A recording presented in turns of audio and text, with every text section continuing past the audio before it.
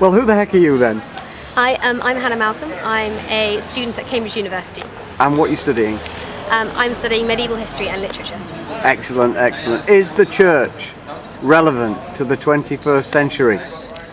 Yes, I think the church is relevant to every century. I think one of the most wonderful things about the Christian gospel is its relevance to all people in all places at all times. Whether or not we are making it relevant is a different question.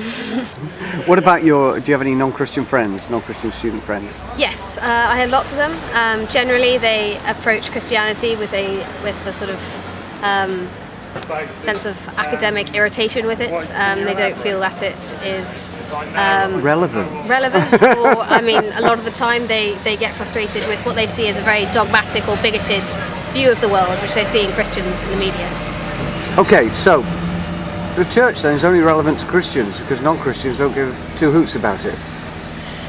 Well, sadly that is the way that it often comes across. I wish that weren't the case. It would be fantastic to see a church which was willing to engage with people where they are. I think often we answer questions that aren't being asked, whether those are academic questions or whether or not those are questions of social importance. It's very easy for us to make it not relevant to non-Christians. So how do we make it relevant? I think, it's really important that we start answering questions that are actually being asked, that we listen more, that we are prepared to be more humble and more engaged, to remember that we are redeemed sinners just like they are, which is something that is very easy to lose sight of. What kind of questions do you think are being asked that we're not answering?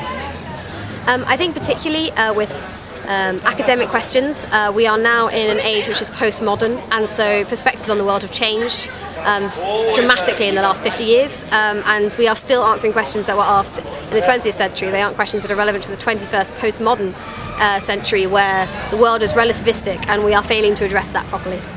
Do you think it's only postmodern in Cambridge, the rest of the country is pagan?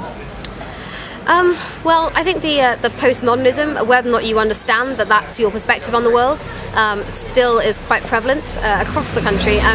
If you think about the approach, particularly of young people, speaking from my own perspective, the approach of young people, that there isn't any particular meaning or right or wrong, that there's no kind of moral guidance they should follow, that they're free to do whatever they want. That's the root of that is a relativistic postmodern society. What about the Bible? Is the Bible of any interest to people who aren't Christians, to these postmodern pilgrims?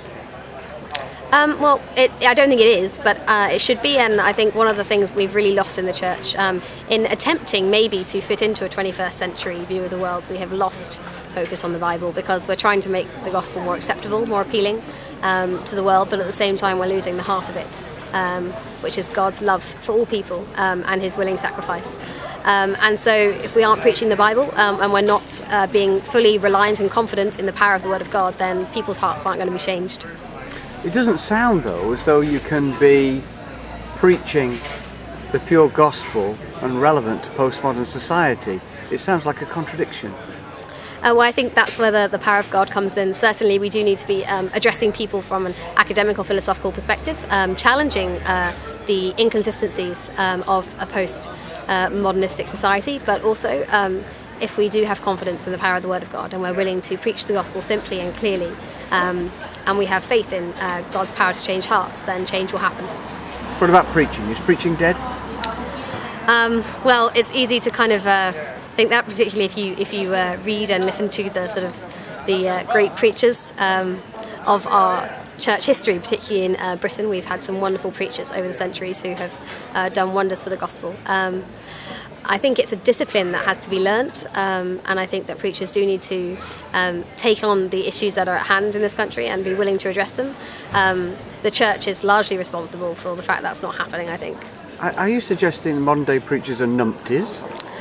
I think some of them are. By no means all of them. I know some really wonderful preachers who are very honest and faithful to the Word of God, and who are also willing to challenge themselves, which is very important. It's very easy as a Christian, particularly a Christian who is engaged academically or intellectually, to feel as though you have all the answers or that you are beyond question or refute, which is sometimes an issue. Okay, what do you think is the biggest problem with Britain? I think the biggest problem with Britain is the biggest problem with the world, that we live in a broken world, and a world which has turned away from God. I think that will be the problem wherever you go. It's not just Britain. Britain in particular has lost Christian heritage that it once had, which is very sad. But again, like the rest of the world, the thing that Britain most needs to hear is the gospel. And the solution to a broken Britain is a change of heart. Thank you, Hannah, for this interview, and God bless you.